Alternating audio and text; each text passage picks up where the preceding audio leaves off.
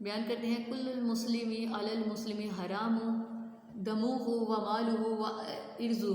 کہ ہر مسلمان پر دوسرے مسلمان کی عزت، اس کا مال اور اس کا خون حرام ہے. یعنی ایک مسلمان پر یہ حرام کر دیا گیا کہ وہ کسی دوسرے مسلمان کی عزت کو حرام کرے، یا اس کا مال لوٹے، یا پھر بددیانتی کرے اس کے مال میں، یا پھر اس کا قتل کرے. تو یہ تمام چیزیں نبی اکرم صلی اللہ علیہ وسلم نے مسلمانوں پر دوسرے مسلمانوں کے لحاظ سے حرام کر دی. ان احادیث مبارکہ کا مطلب ہے کہ مومن وہ ہے جو کسی دوسرے مومن کو قتل نہ کرے، اس کی مال کو چوری اور ڈاکے یا رشوت سے خراب کرنے کی کوشش نہ کرے. معاشرتی مساوات کہ اسلامی ریاست میں تمام افراد یکساں حیثیت رکھتی ہیں. رنگ و نسل یا ذات و پات کے اختلافات یا کسی منصب کی بنا پر کسی شخص کو معزز خیال نہیں کیا جاتا، بلکہ عزت و شرف کا معیار تقویٰ ہے. یعنی اسلامی ریاست میں جتنے بھی معاشرے میں رہنے والے شہری ہیں ان تمام کو برابر کا سمجھا جاتا ہے. ایسا نہیں ہے کہ کسی حکومتی عہدے کی وجہ سے یا پیسے کی وجہ سے یا جاہ و جلال کی وجہ سے کسی کو بلند سمجھا جائے، کسی کو بلند مقام دیا جائے، اور جس کے پاس شہرت نہ ہو، جس کے پاس کوئی منصب عہدہ نہ ہو، جس کے پاس مال و دولت نہ ہو، اس کو کم تر خیال کیا جائے. کیونکہ اسلامی معاشرے میں جو معیار کا تقویٰ ہے، عزت و شرف کی معیار کا جو تقویٰ ہے وہ قرآن حکیم نے بیان کر دیا سورہ الحجرات آیت نمبر 13 میں کہ یا ایھا الناس انا خلقناکم من ذکر و انثی وجعلناکم شعوبا وقبائل لتعارفوا ان اکرمکم عند اللہ اتقاکم. کیا لوگوں، ہم نے تمہیں ایک مرد اور ایک عورت سے پیدا کیا، یعنی حضرت آدم علیہ السلام اور حضرت حوا سے تمام دنیا کو پیدا کیا گیا اور تم کو مختلف شاہوں اور قبیلوں میں تقسیم کیا تاکہ تم ایک دوسرے کو پہچان کر سکو. اللہ کے نزدیک زیادہ عزت والا وہ ہے جو تم میں سے زیادہ متقی ہے. یعنی اللہ تعالیٰ نے یہاں پر اس بات کو بیان کر دیا کہ اگر کوئی شخص جو ہے سورہ حجرات کی آیت نمبر 13 میں یہی بات بیان کی گئی ہے. اللہ تعالیٰ اس بات کو بیان کر رہے ہیں کہ اے لوگوں، ہم نے تمہیں ایک مرد اور ایک عورت سے پیدا کیا اور تم کو مختلف شاہوں اور قبیلوں میں تقسیم کیا تاکہ تم ایک دوسرے کو پہچان کر سکو، اور اللہ کے نزدیک زیادہ عزت والا وہ ہے جو تم میں سے زیادہ متقی ہے. یعنی اللہ تعالیٰ نے جو ہماری خاندانوں کے نام، جو قبیلوں کے نام بنائے تھے، قبیلوں میں مختلف قبیلوں میں ہمیں بانٹ دیا، وہ یہی وجہ تھی کہ ہم ایک دوسرے کی صرف پہچان کر سکیں. ان کو عزت اور تکریم کی وجہ نہیں بنائی تھی. فار ایگزامپل اگر ہم اپنی کاسٹ کو لے لیں، ہم مختلف کاسٹ کے لوگ جہاں پر ایک ایریا میں رہتے ہیں، تو اس کا بالکل مطلب نہیں ہے کہ اگر کوئی بٹ برادری سے ہے، کوئی ارائیں برادری سے ہے، کوئی چودھری برادری سے ہے، کسی بھی برادری سے تعلق رکھنے والے جو ہیں وہ اپنے آپ میں اس بات پر فخر نہیں کر سکتے کہ وہ اس کاسٹ سے ہیں تو اس لیے ان کو دوسروں پر برتری حاصل ہے. کاسٹ اور جو خاندانوں کے اور جو قبیلوں کے نام تھے وہ صرف اس لیے بنائے تھے کہ اللہ تعالیٰ نے اس لیے بنائے تھے کہ انسان اس کے ذریعے سے ایک دوسرے کی پہچان کر سکے. عزت والا جو ہے اور جو محترم ہے وہ اللہ تعالیٰ کے ہاں صرف اور صرف جو ہے وہ متقی اور پرہیزگار ہے. کہ جو زیادہ متقی ہوگا، جو زیادہ پرہیزگار ہوگا، جو زیادہ نیک ہوگا، وہی اللہ تعالیٰ کے ہاں زیادہ عزت والا ہے. اس دنیا میں اگر کسی کا خاندان جو ہے وہ بہت زیادہ امیر ہے، کسی خاندان کے لوگ جو ہیں وہ کسی عہدے یا منصب پر فائز ہیں، تو وہ لوگ جو ہیں وہ ہرگز اس کا مطلب نہیں ہے کہ دوسرے لوگ جو ہیں وہ ان سے کم تر ہیں. لہذا اللہ تعالیٰ نے یہاں پر قرآن پاک میں باقاعدہ اس بات کی نشاندہی کر دی کہ میں نے شاہیں اور قبیلے صرف اس لیے بنائی تھیں تاکہ تم ایک دوسرے کی پہچان کر سکو. فار ایگزامپل ایک قبیلوں کی بات کرتے ہیں. عرب میں مختلف قبیلے تھے، یا آج کے دور میں ہم دیکھتے ہیں مختلف خاندانوں کے نام ہوتے ہیں. تو ایک خاندان میں اگر 2-3 خاندانوں کے اگر لوگوں کے نام جو ہیں وہ سیم ہیں، یعنی فار ایگزامپل ہم لے لیتے ہیں کہ اگر کسی کا نام جو ہے وہ راشد ہے یا ارشد ہے یا کوئی بھی ہے، تو وہ اگر 2-3 خاندانوں میں ان لوگوں کے نام جو ہیں وہ سیم ہیں تو ان کے ناموں کی وجہ سے ان کو ہم کس طرح سے پہچانیں گے. اگر کسی شخص نے اس کی پہچان کرنی ہو کہ یہ ارشد یا راشد جو ہے یہ کس علاقے میں رہتا ہے یا کس گلی میں رہتا ہے یا کس محلے میں رہتا ہے، تو وہ کس طرح سے لوگوں کو بتائیں گے؟ وہ بتائیں گے کہ فلاں خاندان سے تعلق رکھنے والا شخص جو ہے میں اس کا تلاش میں ہوں، تو پھر لوگوں کو آسانی سے وہ مل سکے گا. تو اسی طرح صرف اللہ تعالیٰ نے پہچان کرنے کے لیے لوگوں کے یہ جو شاہیں تھیں، قبیلے تھیں، ان کے نام بنائے. ادروائز جو عزت اور احترام والا مقام ہے وہ صرف اور صرف اسی بات پر ہے کہ جو زیادہ متقی اور پرہیزگار ہے. لہذا رسول اللہ صلی اللہ علیہ وسلم نے خطبہ حجۃ الوداع یعنی اپنا آخری خطبہ جو تھا اس میں ارشاد فرمایا کہ یاد رکھو کسی عربی کو آدمی پر اور کسی سیاہ کو سرخ پر کوئی فضیلت نہیں مگر تقویٰ کے سبب. یعنی کسی کو بھی عربی جو ہے، عرب والے جو ہیں وہ اس بات پر فخر نہ کریں کہ وہ عربی ہیں، تو اجمی جو غیر عرب ہیں ان پر فخر نہیں کر سکتے. کسی گورے کو کالے پر، سیاہ کو سرخ پر جو ہے وہ کوئی بھی فوقیت حاصل نہیں ہے. صرف اور صرف کس کی بنا پر فوقیت حاصل ہوگی؟ تقویٰ کی بنا پر. قانونی مساوات کہ اسلامی ریاست کا ہر شہری خواہ امیر ہو یا غریب ہو اس کی نظر میں برابر ہوتا ہے۔ ارشاد باری تعالیٰ ہے سورہ المائدہ آیت نمبر 48 میں اللہ تعالیٰ بیان کرتے ہیں فَاحْكُم بَيْنَهُم بِمَا أَنزَلَ اللَّهُ، تو پس آپ صلی اللہ علیہ وسلم لوگوں میں اللہ کے نازل کردہ قوانین کے مطابق فیصلے کیجیے۔ آیت نمبر سورہ الانعام آیت نمبر 152 میں اللہ تعالیٰ بیان کرتے ہیں وَإِذَا قُلْتُمْ فَعْدِلُوا وَلَوْ كَانَ ذَا قُرْبَىٰ، اور جب کہو تو عدل کی بات کہو اگرچہ وہ کسی رشتہ دار کے خلاف ہی ہو۔ یعنی نبی اکرم صلی اللہ علیہ وسلم کو اللہ تعالیٰ قرآن پاک میں اس چیز کی تلقین کر رہے ہیں کہ آپ لوگوں کے درمیان جب بھی فیصلہ کریں گے تو وہ عدل و انصاف کے ساتھ کریں گے، تمام لوگوں کو قانونی مساوات کا حق حاصل ہوگا، امیر غریب کو نظر میں رکھتے ہوئے فیصلے نہیں کیے جائیں گے۔ لہذا حضرت ابوبکر صدیق رضی اللہ تعالیٰ عنہ نے اپنے پہلے خطبہ خلافت میں فرمایا، یعنی جب آپ خلیفہ مقرر کیے گئے اور آپ نے سب سے پہلا جو خطبہ دیا تھا اس میں آپ نے یہی بات بیان کی کہ جو تم میں جو لوگ کمزور ہیں وہ میرے نزدیک طاقتور ہیں جب تک کہ میں ان کا حق دلا دوں، اور جو تم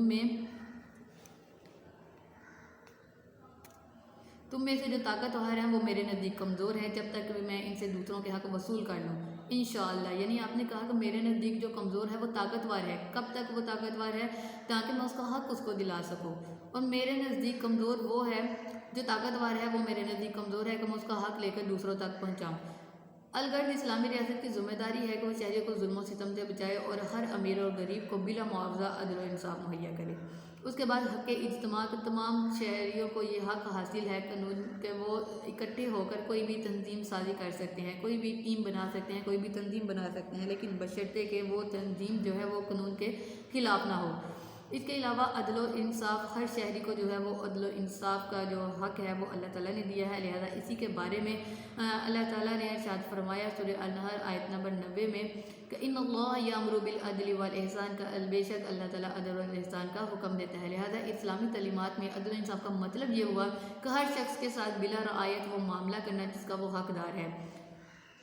زندگی کی معاشرتی زندگی کی جو کامیابی ہے، جو اس کی کامیابی کا دار و مدار ہے وہ عدل و انصاف پر ہی ہوتا ہے۔ اگر اسلامی ریاست میں عدل و انصاف نہ ہو تو وہ ریاست کبھی بھی کامیاب نہیں ہو سکتی۔ سورہ الحجرات آیت نمبر 9 میں اللہ تعالیٰ بیان کرتے ہیں وَأَقْسِطُوا إِنَّ اللَّهَ يُحِبُّ الْمُقْسِطِينَ، اور تم عدل کرو، بے شک عدل کرنے والے کو اللہ تعالیٰ پسند کرتا ہے۔ اس کے بعد تعلیم کا حق، کہ تعلیم حاصل کرنا ہر ریاست کا شہری حق، ہر ریاست کے شہری کا حق ہے۔ اسلامی شاید تعلیم پر زور دیتا ہے، بلکہ نبی کریم صلی اللہ علیہ وسلم کے مقاصد میں کی جو باسط مقاصد تھا، یعنی آپ کو جو مبعوث کیا گیا اس کے جو اہم ترین مقصد تھا وہ تعلیم حکمت تھا۔ آپ صلی اللہ علیہ وسلم کے لیے قرآن مجید میں اللہ تعالیٰ نے ارشاد فرمایا سورہ البقرہ آیت نمبر 129 میں وَيُعَلِّمُهُمُ الْكِتَابَ وَالْحِكْمَةَ، کہ یعنی آپ صلی اللہ علیہ وسلم انہیں کتاب اور حکمت کی تعلیم دیتے ہیں۔ کتاب یعنی قرآن پاک سکھاتے ہیں، اور حکمت یعنی اس کے مطابق فیصلے کرنے کی تعلیم دیتے ہیں۔ نبی کریم صلی اللہ علیہ وسلم نے فرمایا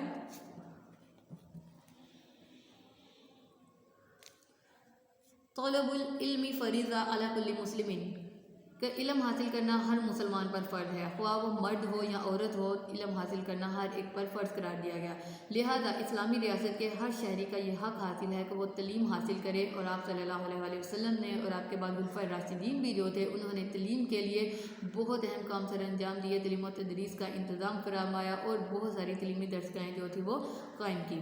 اس کے بعد حفظان صحت کا حق، ہر ترقی یافتہ معاشرہ اپنے افراد کی صحت اور صفائی کا اہتمام کرتا ہے۔ اسلامی ریاست بھی اپنے شہریوں کو ہر قسم کی طبی یعنی میڈیکل سہولتیں جو ہے وہ مہیا کرتا ہے، اور وہ اس بات کا پابند ہے کہ وہ اپنے شہریوں کا جو حق ہے ان کی حفاظت کے حوالے سے ان کے لیے ہسپتال قائم کرے، ان کے لیے کلینک یعنی شفا خانے قائم کرے، چاہے وہ مسلم ہوں یا غیر مسلم ہوں، ان دونوں کو جو ہے وہ برابر کے حقوق دیے جائیں۔ لہذا معاشرتی حقوق میں مسلم اور غیر مسلم شہری کو برابر کی حیثیت رکھتے ہیں، یعنی تمام حقوق غیر مسلم اقلیتوں کو بھی حاصل ہوں گے، یعنی تعلیم حاصل کرنے کا حق جو ہے وہ غیر مسلموں کو بھی ہے، عدل و انصاف کا حق جو ہے وہ غیر مسلموں کو بھی ہے، حفظان صحت یعنی میڈیکل کی سہولتیں مہیا کرنے کا جو حق ہے وہ بھی غیر مسلموں کو بھی حاصل ہے۔ آج کے دور کی اگر ہم بات کریں تو جیسے کووڈ-19 کی ایک بیماری وائرس جو تھا وہ ہماری اسلامی ریاست میں بھی پھیلا، پوری دنیا میں پھیلا، تو لہذا ہر ریاست میں رہنے والے ہر شہری کا یہ حق تھا کہ اس کو جو ہے اس کے لیے میڈیکل جو سہولت ہے وہ پرووائڈ کی جائے۔ تو یہ تھے ہمارے شہریوں کے حقوق جن کے بارے میں ہم نے ڈیٹیل سے پڑھا، جن میں ہم نے مذہبی حقوق کے بارے میں پڑھا، ان کے معاشی حقوق کے بارے میں پڑھا، ان کے معاشرتی حقوق کے بارے میں پڑھا اور ان کے سیاسی حقوق کے بارے میں پڑھا۔ یہ 4 قسم کے حقوق جو تھے ہم نے یہاں پر ڈیٹیل سے جو تھا ان کے بارے میں بات کی۔ تو آج کا ہمارا ٹاپک جو ہے یہ یہیں پر کمپلیٹ ہوتا ہے۔ اللہ حافظ۔ ویڈیو پسند آئی تو لائک کریں، اپنی رائے کمنٹ کریں۔ ایسے ہی مزید ویڈیوز کے لیے ہمارا چینل سبسکرائب کریں اور بیل کا آئیکن دبائیں تاکہ آپ کو ہر ویڈیو کا نوٹیفیکیشن ملتا رہے۔